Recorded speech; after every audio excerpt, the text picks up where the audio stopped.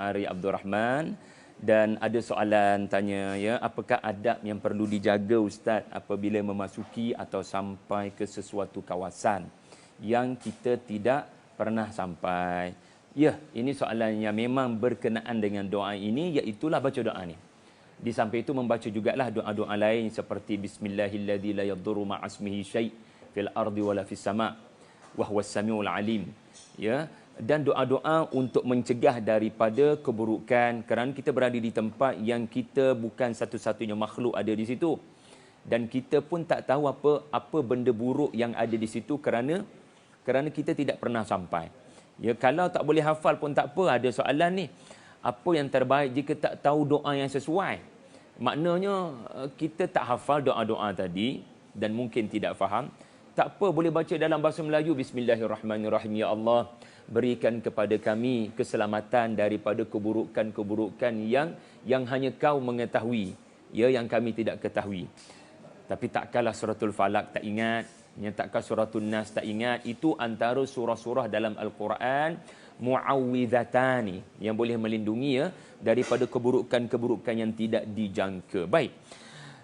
Doa Nabi Nuh alaihi salam tadi, ya, Rabbi anzilni munzalan mubarakan wa anta khairul munzilin, telah berkata Al-Imam At-Tabari rahimahullah bahawasanya doa ini dilafazkan Nabi Nuh alaihi salam di dua situasi.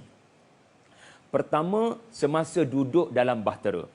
Kalau kita naik kapal terbang tu, masa inilah pramugari suruh pakai elok-elok tali pinggang tu. Kan? Seolah-olah begitulah. Sebab kita penuh berdebar. Perjalanan ni macam mana ni? Perjalanan ni. Ya, perjalanan ni panjang ni tuan-tuan. Kita naik kapal terbang barangkali sejam, 2 jam. Paling hebat pun barangkali 15 jam. Ya. Tetapi ini bukan perjalanan 15 jam. Ini berbulan-bulan. Bukan ada tempat duduk macam atas kapal terbang. Duduk dengan binatang-binatang yang kita tak tahu macam mana keadaan binatang tu nanti. Jadi semuanya sangat penuh debaran. Maka doa ini dilafazkan Nabi Allah Nuh alaihi salam semasa mula mengambil tempat duduk di dalam bahteranya. Dan inilah juga pendapat Al-Imam Ar-Razi. Tetapi tidak boleh dinafikan ada yang kedua, ya, yang disebut oleh Al-Imam At-Tabari, iaitulah apabila mereka merasakan kapal tu dah sentuh bumi.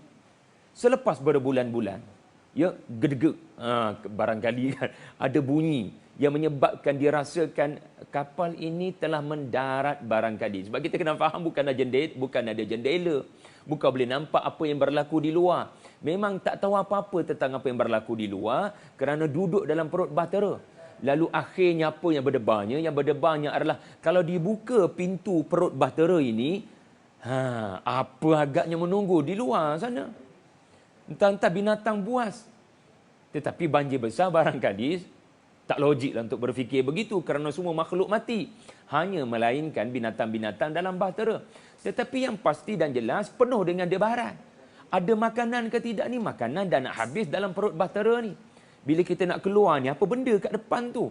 Entah-entah destinasi yang tersilap yang boleh menyebabkan kematian. Tetapi rupa-rupanya dengan doa inilah Allah Ta'ala menyampaikan baginda di Gunung Judi. Yang dikatakan para ulama, di situ Allah Ta'ala tumbuhkan pokok tin untuk memberikan khasiat kepada para sahabat dan Nabi Allah Nuh alaihi salam. Berkata Al-Imam Al-Qurtubi rahimahullah, bacalah doa ini apabila menaiki kenderaan. Bila naik kenderaan, baca doa ni. Bila sampai ke kampung, tahun baru Cina minggu depan ni balik ke kampung, sampai tu kena baca sekali lagi. Dan apabila masuk ke rumah, beri salam Assalamualaikum. Mak ayah sambut, ya, peluk-peluk, lalu kita duduk atas sofa, baca doa ni.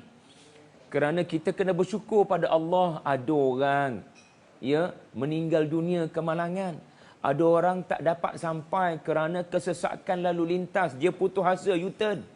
Tetapi Allah bagi kita selamat, ya, maka bacalah doa ini.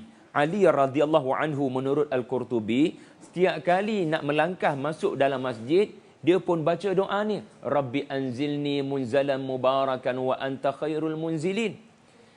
Jadi doa ini tuan-tuan, mari kita semak sekejap tafsirnya. Apa maksud anzilni? Turunkan aku kalau dari sudut bahasa, dan kau sebaik-baik yang menurunkan. Maka Kalau kita ambil metafora Mutawalli Sya'rawi bagus.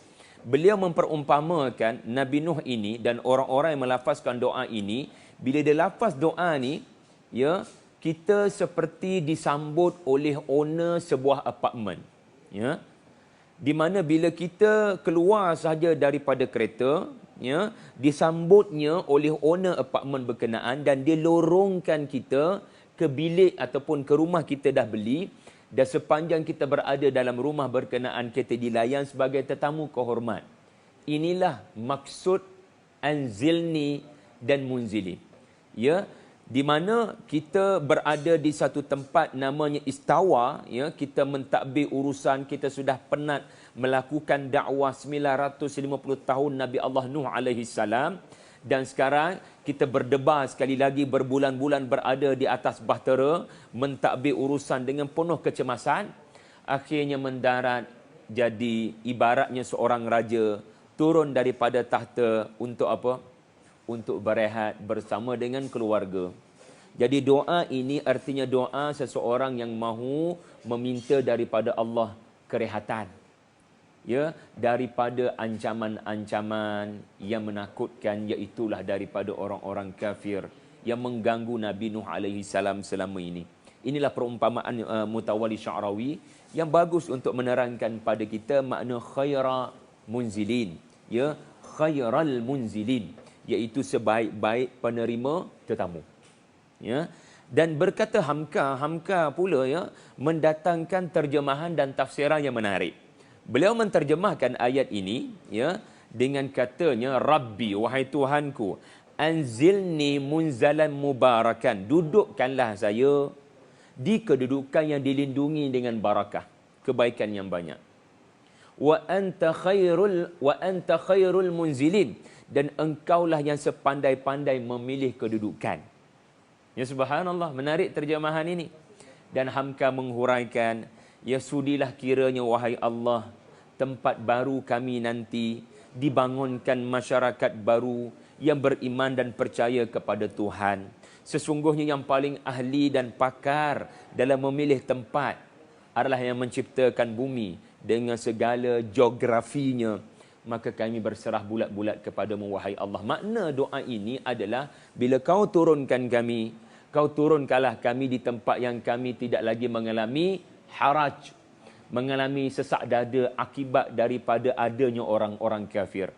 Dan telah berkata Al-Allamah Al-Baghawi, seorang ulama tafsir juga, doa inilah menyebabkan Allah kurniakan barakah, ya, mubarakan. Allah kurniakan barakah pada anak-anak Nabi Nuh alaihi salam, yang riwayat-riwayat kata Sam, Ham dan Yafith, ya. Dari 3 orang anak inilah keturunan manusia, ya, termasuk kita, wallahu alam, ya, termasuk kita. Kita ni kalau tengok keturunan masing-masing, barangkali akan bertemu dengan seorang-seorang daripada 3 ini. Cuma siapa kitalah nak kaji keturunan berkenaan. Tuan-tuan, ayat ini, ya, adalah ayat yang ke-30. Ayat sebelumnya, ayat ini adalah ayat 29, ya. Ayat sebelumnya ayat 28. Ayat 28 Allah Taala berfirman, fa idza stawaita anta wa man ma'aka 'alal fulk faqulil hamdulillahilladzi najjana minal qaumiz zalimin. Maksudnya, ya, apabila engkau dan orang-orang yang bersama dengan engkau telah berada dengan stabil di dalam bahtera berkenaan, maka ucapkan segala puji bagi Allah yang menyelamatkan kami daripada orang-orang yang zalim. Ini menunjukkan seseorang yang berada di dalam bahtera Nabi Nuh, mereka adalah orang yang Allah Ta'ala berikan kepada mereka ketetapan dan ketenangan. Perkataan yang Allah Ta'ala telah gunakan adalah istawaita. Istawaita. Kamu Nabi Nuh dengan orang-orang beriman bersama kamu telah duduk dengan stabil, tidak tergugat. Tiba-tiba kita perhatikan surah Az-Zukhruf ayat 13 dan ayat 14, Allah menggunakan kalimah yang sama, litastawu ala zuhurihi thumma tadhkuru ni'mata rabbikum idza stawaitum wa taqulu subhanalladzi sakhkhara lana hadza wama kunna lahu mukrinin wa inna ila rabbina lamunqalibun.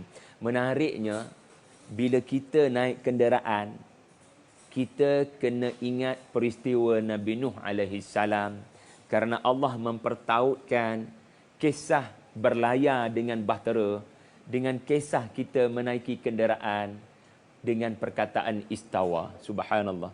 Jadi tuan-tuan, ini sunnah yang mesti diteruskan untuk mendapat barakah.